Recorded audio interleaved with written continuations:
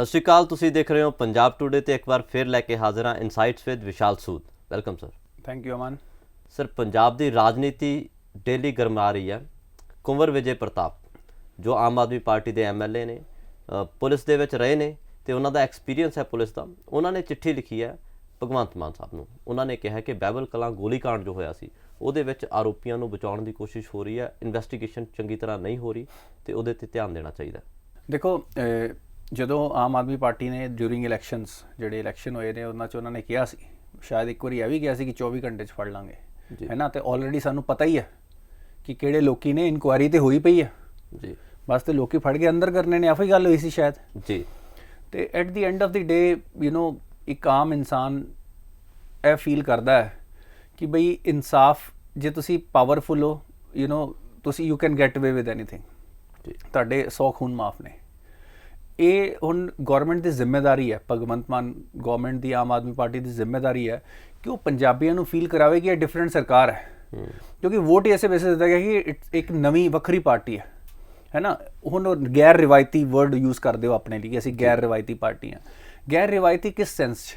ਜੀ, ਅਸੀਂ ਤਾਂ ਸੋਚਿਆ ਸੀ ਕਿ ਬਈ ਸਾਰਿਆਂ ਲਈ ਇਕੁਐਲਿਟੀ, ਕਰਪਸ਼ਨ ਬਖਸ਼ੀ ਨਹੀਂ ਜਾਏਗੀ, ਰਾਈਟ। ਗੈਰ ਰਿਵਾਇਤੀ ਇਸ ਤਰ੍ਹਾਂ ਨਾ ਹੋ ਜਾਏ ਕਿ ਉਹੋ ਹੀ ਕੰਮ ਕਿਸੇ ਨਵੇਂ ਤਰੀਕੇ ਨਾਲ ਕਰਦੇ ਪਏ ਜੀ। ਉਹੋ ਜਿਹੀ ਗੈਰ ਰਿਵਾਇਤੀ ਨਹੀਂ। ਜਨਤਾ ਦੀ ਉਮੀਦ ਬਿਲਕੁਲ ਅਲੱਗ ਹੈ ਜੀ।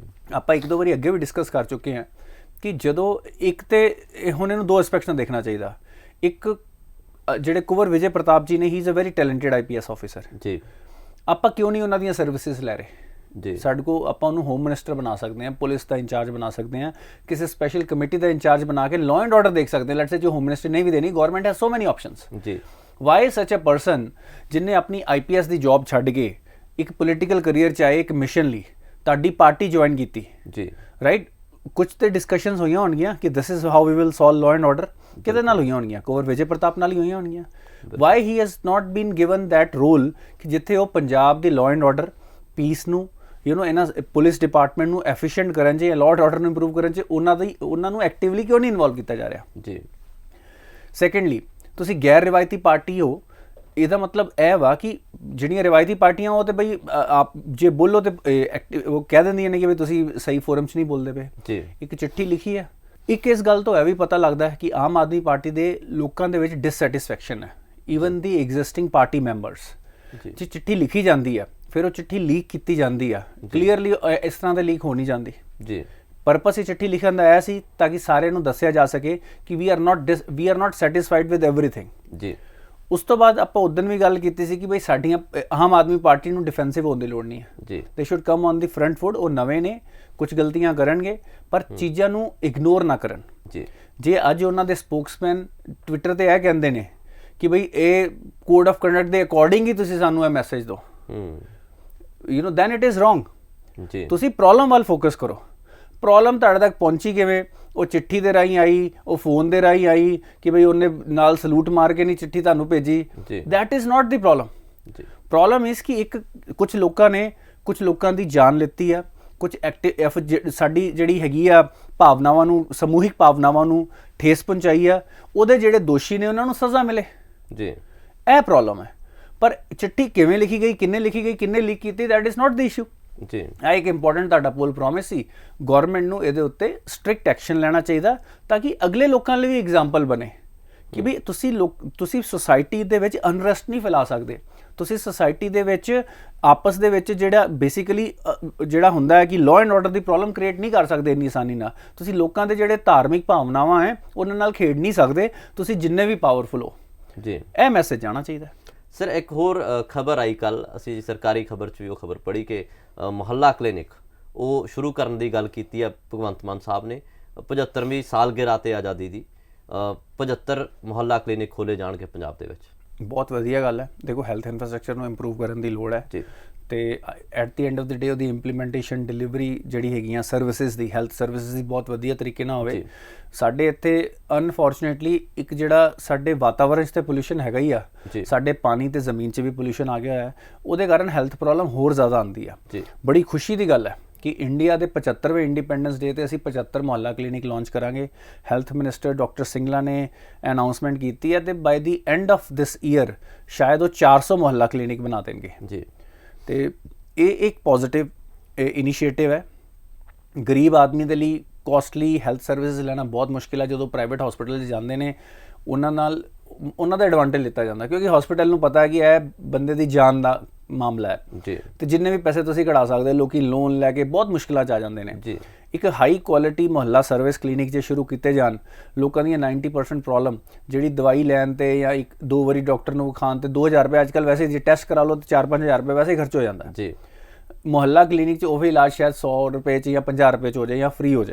ਜਾਏ, ਡਿਪੈਂਡਿੰਗ ਔਨ ਕਿ ਕਿਸ ਤਰ੍ਹਾਂ ਦਾ ਚੈਲੰਜ ਹੈ। ਬਿਲਕੁਲ। ਤੇ ਇਹ ਮੈਨੂੰ ਲੱਗਦਾ ਕਿ ਜਿਹੜੇ ਲੋਅਰ ਮਿਡਲ ਕਲਾਸ ਜਾਂ ਗਰੀਬ ਘਰ ਦੇ ਲੋਕੀ ਨੇ ਉਹਨਾਂ ਲਈ ਬਹੁਤ ਹੀ ਬੈਨੀਫੀਸ਼ੀਅਲ ਚੀਜ਼ ਹੈ। ਉਹਨਾਂ ਦੀ ਪ੍ਰੋਡਕਟਿਵਿਟੀ ਵਿੱਚ ਬਹੁਤ ਫਰਕ ਆਏਗਾ।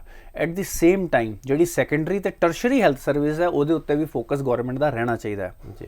Health system is not just about Mohalla clinic. ਜੀ। ਹੋਰ ਵੀ ਪ੍ਰੋਬਲਮਸ ਆਉਂਦੀਆਂ ਨੇ, ਸੀਰੀਅਸ ਬਿਮਾਰੀਆਂ ਵੀ ਆਉਂਦੀਆਂ ਨੇ, ਉਹਦੇ ਲਈ ਵੀ ਤੁਹਾਡੇ ਕੋਲ ਇਨਫਰਾਸਟ੍ਰਕਚਰ ਗਵਰਨਮੈਂਟ ਦਾ ਵਧੀਆ ਹੋਣਾ ਚਾਹੀਦਾ ਹੈ ਜੀ। ਠੀਕ ਹੈ। ਇੱਕ insurance could be a very good way. ਵੇਖੋ ਜਿਹੜਾ ਸਾਡਾ ਪ੍ਰਾਈਵੇਟ ਹੈਲਥ ਸਿਸਟਮ ਹੈ ਉਹਨੂੰ ਕਿਵੇਂ ਲੀਵਰੇਜ ਕੀਤਾ ਜਾਵੇ। ਜਦੋਂ ਤੁਸੀਂ ਡੀਜ਼ਲ ਲੈਣਾ ਸਾਰਾ ਕੁਝ ਆਪ ਹੀ ਬਣਾਉਣ ਦੀ ਗਵਰਨਮੈਂਟ ਨੂੰ ਲੋੜ ਨਹੀਂ ਪੈਂਦੀ ਜੀ। ਤੁਹਾਡੇ ਕੋਲ ਆਲਰੇਡੀ ਐਗਜ਼ਿਸਟਿੰਗ ਸਿਸਟਮ ਹੈ। ਤੁਸੀਂ ਕਮਿਊਨਿਟੀ ਇੰਸ਼ੋਰੈਂਸ ਦਿਓ ਕਿ ਬਈ ਇੱਕ ਕਿਸੇ ਵੀ ਘਰ ਦੇ 10 ਲੱਖ ਤੱਕ ਦਾ 15 ਲੱਖ ਤੱਕ ਦਾ ਗਵਰਨਮੈਂਟ ਇੰਸ਼ੋਰਡ ਹਰ ਗਰੀਬ ਫੈਮਿਲੀ ਦਾ ਹੋਵੇ ਤੇ ਇਹਦਾ ਬਹੁਤ ਬੈਨੀਫਿਟ ਰਹੇਗਾ। ਜਿਹੜੀ ਆਪਣੇ ਪ੍ਰਧਾਨ ਮੰਤਰੀ ਦੀ ਇੰਸ਼ੋਰੈਂਸ ਜਿਹੜੀ ਹੈਗੀ ਆ ਬੇਸਿਕਲੀ ਇੰਸ਼ੋਰੈਂਸ ਪਾਲਿਸੀ ਜਿਹੜੀ ਸਾਰਿਆਂ ਨੂੰ ਐਪਲੀਕੇਬਲ ਹੈ, ਉਹ ਇੱਕ ਵਧੀਆ ਸਟੈਪ ਹੈ ਕਿਉਂਕਿ ਜਦੋਂ ਤੁਸੀਂ ਇੰਸ਼ੋਰਡ ਹੋ ਜਾਂਦੇ ਹੋ ਇਹ ਕਾਈਂਡ ਆਫ ਤੁਹਾਡਾ ਇੱਕ ਸੇਫਟੀ ਨੈਟ ਬਣ ਜਾਂਦਾ ਹੈ ਜੀ। ਤੀਜੀ ਗੱਲ ਇਹਦੇ ਵਿੱਚ ਇਹ ਸੋਚਣ ਵਾਲੀ ਗੱਲ ਹੈ ਕਿ ਤੁਸੀਂ ਮੁਹੱਲਾ ਕਲੀਨਿਕ ਖੋਲਦੇ ਹੋ, ਉਹਦੇ ਲਈ ਜਿਹੜੇ ਰਿਸੋਰਸਿਸ ਨੇ ਮੈਨ ਪਾਵਰ ਉਹ ਕਿੱਥੋਂ ਲਿਆਓਗੇ? ਡਾਕਟਰਸ, ਨਰਸਿਸ, ਟੈਕਨੀਸ਼ੀਅਨਸ ਜੀ। ਉਹਨਾਂ ਦੇ ਪੇ ਗ੍ਰੇਡ ਕੀ ਹੋਣਗੇ? ਪੰਜਾਬ ਸਰਕਾਰ ਤੇ ਆਲਰੇਡੀ ਸੈਲਰੀਆਂ ਨਹੀਂ ਦੇ ਪਾਉਂਦੀ। ਆਲਰੇਡੀ ਰੋਜ਼ ਸਾਡੇ ਮੁਲਾਜ਼ਮ ਲਹਿਰ ਤੇ ਪੰਜਾਬ ਟੁਡੇ ਦੇ ਉੱਤੇ ਹਰ ਰੋਜ਼ ਕੋਈ ਨਾ ਕੋਈ ਮੁਲਾਜ਼ਮ ਐਸੋਸੀਏਸ਼ਨ ਆਈ ਹੁੰਦੀ ਹੈ ਕਿ ਵੀ ਸਾਡੀਆਂ ਇੱਕ ਮਹੀਨੇ ਇੱਕ ਸਾਲ ਤੋਂ ਸੈਲਰੀ ਨਹੀਂ ਆਈ, 15 ਮਹੀਨੇ ਤੋਂ ਸੈਲਰੀ ਨਹੀਂ ਆਈ। ਟੈਂਪਰੇਰੀ ਸਟਾਫ ਹੈ। ਹੁਣ ਡਾਕਟਰ ਜਿਹਦਾ ਕਰੀਅਰ ਕਾਈਂਡ ਆਫ ਸਿਕਿਉਰ ਹੁੰਦਾ ਹੈ ਜੀ, ਉਹ ਕਿਉਂ ਰਿਸਕ ਲਵੇ? ਬਿਲਕੁਲ। ਇਹ ਸਾਰੀਆਂ ਚੀਜ਼ਾਂ ਦਾ ਕੈਲਕੂਲੇਟ ਕਰਕੇ ਤੁਹਾਨੂੰ ਇਹ ਸਿਸਟਮ ਬਣਾਉਣਾ ਪਏਗਾ ਤੇ ਟੈਕਨੋਲੋਜੀ ਨਾਲ ਇਹ ਚੀਜ਼ ਨੂੰ ਕਿਵੇਂ ਆਸਾਨ ਕੀਤਾ ਜਾ ਸਕਦਾ ਇਹ ਵੀ ਵੇਖਣਾ ਪਏਗਾ। ਤੇ ਪਹਿਲਾਂ ਮੈਨੂੰ ਲੱਗਦਾ ਕਿ ਜਿਹੜੀਆਂ ਐਗਜ਼ਿਸਟਿੰਗ ਡਿਸਪੈਂਸਰੀਜ਼ ਨੇ, ਹਸਪੀਟਲਸ ਨੇ, ਉਹਨਾਂ ਦੇ ਹਾਲਾਤ ਵੀ ਸੁਧਾਰਨ ਦੀ ਕੋਸ਼ਿਸ਼ ਡੈਫੀਨੇਟਲੀ। ਦੇਖੋ ਉਹ ਤੇ ਇੱਕ ਬੇਸਿਕ ਤੁਹਾਡਾ ਹੋਣਾ ਹੀ ਚਾਹੀਦਾ। ਅਗੇਨ ਨਵੀਂ ਸਰਕਾਰ ਆਈ ਹੈ, ਹੁਣ ਉੱਥੇ ਜਾਣ ਦਾ ਦਿਲ ਕਰੇ ਲੋਕਾਂ ਨੂੰ, ਦਿਲ ਮਤਲਬ ਕਿ ਉੱਥੇ ਜਾਵੇ ਤਾਂ ਉਹਨੂੰ ਇੱਕ ਫੈਸਿਲਿਟੀ ਮਿਲੇ। ਬਿਲकुल। ਉੱਥੇ ਜਾ ਕੇ ਬੰਦੇ ਨੂੰ ਐ ਨਾ ਲੱਗੇ कि मैं और बीमार हो जाऊंगा। जी बिल्कुल। सर लालू प्रसाद यादव, उन पे एक और केस आया, लैंड फॉर जॉब, और उनके भाई कह रहे हैं कि मेरे बीमार भाई को तंग किया जा रहा है, परेशान किया जा रहा है, उनका कोई हाथ नहीं था। देख लो इतने ईमानदार आदमी पे हमारी सरकार इल्ज़ाम लगा रही है, कितने शर्म। लालू प्रसाद यादव तो मतलब अपनी ईमानदारी के लिए मेरे को शायद उनको नोबेल प्राइज़ भी मिला है कि नहीं मिला। देखो अब एंड में बंदा बीमार है जी, आपने जो इतनी करप्शन की है जी, राइट। हम कल भी बात कर रहे थे, आपने मेरे से पूछा था कि भाई नवजोत सिंह सिद्धू के करियर क्या होगा जेल जाने के बाद। जी। देखो आपके और मेरे जैसा बंदा अगर 1 साल जेल चली जाए तो हमारा करियर खत्म है। बिल्कुल। पर जो पॉलिटिशियन है ना उसका करियर नहीं खत्म होता हिंदुस्तान में तो बिल्कुल नहीं, बल्कि करियर शायद और बन जाए। बिल्कुल। तो ये हमारे जो नेता है ना ये जेल प्रूफ हैं। उन्होंने जेल में बैठे बैठे अपने बेटे को डिप्टी सीएम भी बनाया। जी। तो प्रॉब्लम ये है कि आज उनका भाई ये इमोशनल अपील दे रहे हैं कि वो बूढ़े हो गए हैं या वो बीमार हैं, पर ये सारी करप्शन तो हुई है। बिल्कुल। इसीलिए केस बने हैं, अब वो इसीलिए जेल में है। अब कोशिश ये होनी चाहिए कि लालू प्रसाद यादव जी को कंपनी देने के लिए और भी करप्ट नेता हों। जी। इस वक्त प्रॉब्लम ये नहीं है कि लालू प्रसाद जी बीमार हैं, वो अकेले हैं। बिल्कुल। क्योंकि उन्होंने उनके अलावा और भी बहुत नेताओं ने करप्शन की है। अब उन सबको उनके पास पहुंचाने का टाइम है। आई थिंक ये अगर हमारी गवर्नमेंट, हमारे सीबीआई कोर्ट्स या दूसरे कोर्ट ये जल्दी कर पाएँ तो लोगों का जी हमारे देश पे विश्वास और बढ़ेगा। उनको लगेगा कि ईमानदारी से चलना चाहिए, वरना तो रोल मॉडल ऐसे हैं कि करप्शन उनका आज एक आम हिंदुस्तानी युवक को ये लगता है कि करप्शन करके ही बड़े बन सकते हैं, जी, रूल तोड़ के ही बड़े बन सकते हैं। बिल्कुल। तो जब आप ऐसे नेताओं को सजा दोगे और ईमानदार और जो अपनी मेहनत से लोग आगे बढ़े हैं उनको रिकॉग्नाइज करोगे, हम इस डायरेक्शन में थोड़ा बहुत जा रहे हैं, तो फिर हमारे यूथ को एक बहुत अच्छा मैसेज आएगा। हमें लगेगा कि नेता अगर बनना है तो सेवा करने के लिए बनना है, अगर करप्शन की तो जेल में जाएंगे। तो प्रॉब्लम ये नहीं है कि अपने लालू प्रसाद जी बीमार हैं या सीबीआई केस है, प्रॉब्लम ये है कि वो अकेले हैं। वहाँ पे और 100-150 नेताओं की कम से कम ज़रूरत है। उनके पुराने जो कर्म हैं वो सामने लाके और जल्दी से जल्दी उनको जेल भेजने की ज़रूरत है। बिल्कुल। और बीमारी का हवाला दे के आप किसी चीज़ से निकल नहीं सकते, आप अपने जो अपराध किए हुए आपने उनसे निकल नहीं सकते। सर, एक पैंगोंग लेक जो है लद्दाख में, वहाँ पे दूसरा ब्रिज बनाया जा रहा है चाइना द्वारा, तो उस पर राजनीति भी की जा रही है। जो राहुल गांधी भी ट्वीट कर रहे हैं कि सरकार क्या कर रही है, वो सवाल उठा रहे हैं। देखो, क्वेश्चन तो जायज़ है जी। अब एक एरिया जो चाइना ने पिछले 60-70 सालों से नाजायज़ तरीके से अपने कब्जे में लिया हुआ है, जी। उनका कोई हक नहीं बनता उस पर ब्रिज बनाने का। जी। अनफॉर्चुनेटली प्रॉब्लम ये है कि वो काफ़ी दशकों से वो एरिया सिंस 1960s चाइना के कब्जे में है। जी। और ये वहाँ पे वो दूसरा इंफ्रास्ट्रक्चर बना रहे हैं। इंडिया जो इस वक्त जो सबसे प्रैग्मेटिक चीज़ कर सकता है और कर रहा है कि हम अपनी साइड पे इंफ्रास्ट्रक्चर को स्ट्रॉन्ग करते जाएं। अपने बॉर्डर इंफ्रास्ट्रक्चर को दो तरीके से यूज़ करना चाहिए। देखो, एक तो होता है सिक्योरिटी इंफ्रास्ट्रक्चर, तो हमेशा मेनली डेवलपमेंट के लिए सोचा जाता है। बॉर्डर इंफ्रास्ट्रक्चर पे ये सोचा जाता है कि डिफेंस सर्विसेज के लिए। जी। पर आज जो हमारे बॉर्डर एरियाज की पॉपुलेशंस हैं, उनको भी इकोनॉमिकली इंडिया से इंटीग्रेट और बेटर तरीके से मैं मानता हूँ किया जा रहा है, किया जाना चाहिए और अच्छे पेस पे। जी। इससे हमारा जो डिफेंस इंफ्रास्ट्रक्चर भी बेटर हो जाएगा। एट द सेम टाइम जो हमारे बॉर्डर एरियाज के लोग हैं वो नेशनल जो एक मोमेंटम है उसके साथ जुड़ जाएंगे। तो राहुल गांधी जी का क्वेश्चन तो ठीक है कि भाई इंफॉर्मेशन तो ठीक है वो बना रहे हैं, पर अनफॉर्चुनेटली इसको पॉलिटिकल गेन के लिए जब ऐसे नेशनल इश्यूज आते हैं, जी, हमें इकट्ठे होना चाहिए। इस वक्त राहुल गांधी जी को चाइना को कंडेम करना चाहिए था जी, और उनको ये रिकॉग्नाइज भी करना चाहिए था और ये बोलना भी चाहिए था कि आप पिछले 50-60 सालों से हमारी ज़मीन पे कब्जा करके बैठे हुए हो। बिल्कुल। ठीक है, और इंफ्रास्ट्रक्चर समेत आप इसे हिंदुस्तान को दे दो। I think that would have वो चीज़, मेरे को लगता है राहुल गांधी का थोड़ा बहुत लोगों की नज़र में कद बढ़ाती कि आज इस बंदे ने देश के साथ खड़े होकर चाइना को चैलेंज किया है, रेदर देन जब भी चाइना कुछ करता है आप इंडिया को चैलेंज करना शुरू कर दो। तो smarter thing is we challenge China. China को चैलेंज करने के लिए अपने आप को स्ट्रॉन्ग करें, हम इकट्ठे हों, अपने इकोनॉमिक ग्रोथ पे फोकस करें। हम हमेशा यहाँ पे ये मैसेज ना दें कि इंडिया में everything is Doom and gloom, कि सब कुछ बस डूबने वाला है, जो हमारी ओपोजिशन पूरी शिद्दत से करने में लगी हुई है। जबकि सारे फंडामेंटल फैक्टर्स ये बता रहे हैं कि India is going to be a very very strong power economically, militarily and otherwise, अगर हम इन रस्तों पे अपने आप को बेसिकली फंडामेंटली स्ट्रेंथन करते रहे, आत्मनिर्भरता की तरफ जाते रहे। टेक्नोलॉजी में कल परसों भी बात हुई, 2-3 बार हो चुकी है, कनाडा ने भी 5G चाइना का रिजेक्ट कर दिया है। बिल्कुल। ये अपॉर्चुनिटीज है हमारे लिए। जी, 6G 5G में कल made in India first 5G call हुई IIT चेन्नई से। जी, तो इन चीज़ों पे अगर हम और ये देखो, कहने को तो एक कॉल है, जी, पर एक 5G टेक्नोलॉजी अगर आपकी इंडिजीनियस आ जाए और आपके थ्रू पूरी दुनिया उसको खरीदना शुरू कर दे, तो ये पूरे देश को ट्रांसफॉर्म करने की और कई कई इंडस्ट्रीज को ट्रांसफॉर्म करने की पावर रखती है। सर, जो बाइडन कोरिया आए हुए हैं, जापान भी जा सकते हैं और चाइना ने अपनी मिलिट्री एक्सरसाइज शुरू कर दिया। ये चाइना की मैसेजिंग है कि we are not scared of US। जी। जैसे जो बाइडन कोरिया पहुंचे, उनका जो पहला एयरक्राफ्ट कैरियर था, उन्होंने उसको जो कॉन्टेस्टेड वाटर्स है वहां पे भेज दिया जी। और बोल दिया कि ये रूटीन ट्रेनिंग एक्सरसाइज है, it is as per the norms. जी, so this is very strong messaging. आज China is standing up to US और ये एक बहुत बड़ा फ्लैश पॉइंट बनेगा। जी, और उस रीजन की जो कंट्रीज हैं like Philippines, even Japan, Korea, Brunei, उन सब के साथ चाइना के डिस्प्यूट्स चल रहे हैं over ownership of islands as well as sea resources. जी, अब छोटे देशों को वो बुली करेगा, तो ये अमेरिका के लिए अपॉर्चुनिटी है वहाँ पे अपने आप को स्ट्रेंथन करना, और ये इंडिया के लिए भी अपॉर्चुनिटी है, जी, क्योंकि एक बहुत मेजर ये यहाँ से 67% ट्रेड रूट इसी रूट के थ्रू होना जी। है। और अगर चाइना वहाँ पे कंट्रोल कर लेगा तो वो फ्यूचर में किसी भी देश का ट्रेड वहाँ पे उसको रोक सकता है और उनके लिए एक थ्रेट बन सकता है।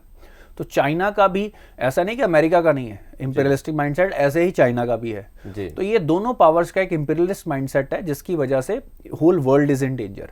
पर अब हमें इसे देखना कि इंडिया के पर्सपेक्टिव से, for India right now the smartest play is to, क्योंकि हमारे लैंड डिस्प्यूट भी चल रहे हैं, to take support from USA and other countries towards हम जो अपना एरिया ऑफ इन्फ्लुएंस है वो बढ़ाएं, अपनी इकोनॉमिक ग्रोथ करें, और चाइना की जगह इंडिया एक प्रेफर्ड पार्टनर भी बने और प्रेफर्ड मार्केट भी बने इन सारी कंट्रीज के लिए।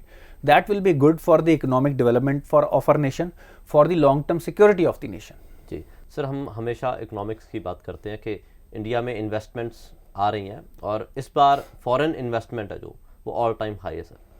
देखो वो लास्ट ईयर का डाटा है जी। और इट इज़ वेरी गुड कि हमारे यहाँ पे अगर मैं 2003-04 से कंपेयर करूँ तो रफली 20 गुना ज़्यादा FDI अब आती है। जी।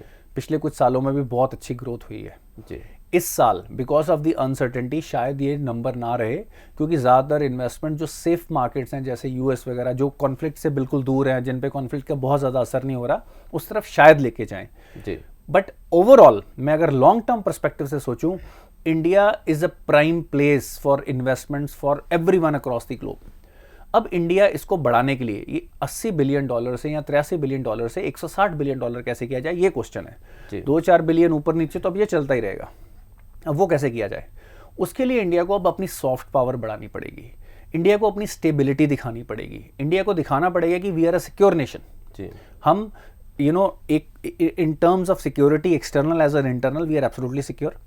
ये कुछ स्टेप्स हैं जो इंडियन गवर्नमेंट बहुत अच्छे तरीके से कर पा रही है। Then second part comes our soft power. जब आप लोगों के दिमाग में होगे तो वो सोचेंगे ना आप में पैसा लगाने के। एक तो होता है डिसीजन लेना, उससे पहले होता है कंसिडर करना। पहले तो आपको कंसिडरेशन सेट में आना है। So it means through by inviting, चाहे हॉलीवुड को इन्वाइट करो, चाहे कल्चरल एक्टिविटीज करो, चाहे आप ह्यूमैनिटेरियन एड दो, आप टॉप कॉर्पोरेट्स और टॉप डिसीजन मेकर के सामने आपका नाम बार बार जाना चाहिए। बिल्कुल। तो धीरे धीरे जब आपकी सॉफ्ट पावर बढ़ेगी, एंड में डिसीजन तो इंसानों ने ही लेना है जी, राइट। वो यही बेसिस पे लेते हैं। एक तो उनको सिक्योरिटी चाहिए, सेफ्टी चाहिए कि भाई आपकी इकोनॉमिक जो ग्रोथ पाथ है वो स्टेबल भी हो, वहाँ पे जो इंसर्जेंसी मिनिमम हो। इसलिए तो हमारे देश के दुश्मन हमारे यहाँ पे ये सारी चीज़ें क्रिएट करना चाहते ताकि हमारा इकोनॉमिक पाथ स्लो हो। तो इन सब चीज़ों पे फोकस करते हुए वी कैन इंश्योर कि ये जो ग्रोथ है ये अब सिर्फ मार्जिनल 2-4 बिलियन से सीधा डबल कैसे होगी, ये सारी चीज़ें अब हमें सिक्योर करनी है। हमारी जो रेटिंग होती है, हर देश की एक क्रेडिट रेटिंग होती है जी, हमें अपनी क्रेडिट रेटिंग को इम्प्रूव करने के लिए काम करना पड़ेगा। उसमें हमारी करेंसी कितनी स्टेबल है, हमारे यहाँ पे इन्फ्लेशन कैसी है, हमारी पॉलिटिक्स कितनी स्टेबल है राइट, हमारा फेडरल स्ट्रक्चर कितना स्ट्रांग है, हमारे यहाँ पे करप्शन कितनी है, हमारे यहाँ पे हेल्दी पॉपुलेशन कितनी है, पॉपुलेशन एजुकेशन क्वालिटी कितनी है। ये सारी चीज़ों को चेक करके अल्टीमेटली आपकी क्रेडिट रेटिंग बनती है। और हमें इसके बेसिस पे हम बड़ी क्लियर कट अपनी पॉलिसीज बना सकते हैं कि ये सारे फैक्टर्स हैं जिसमें हमने अपने देश को आगे लेके जाना है। सर, आरबीआई 30,000 करोड़ से ज़्यादा पैसा दे रही है सरकार को, और पिछली बार भी इन्होंने 1 लाख करोड़ के करीब दिया था, और उस टाइम भी ओपोजिशन ने सवाल उठाए थे कि ये सरकार आरबीआई का पैसा यूज़ कर रही है, वो आरबीआई सरकार को पैसा दे सकती है या नहीं दे सकती?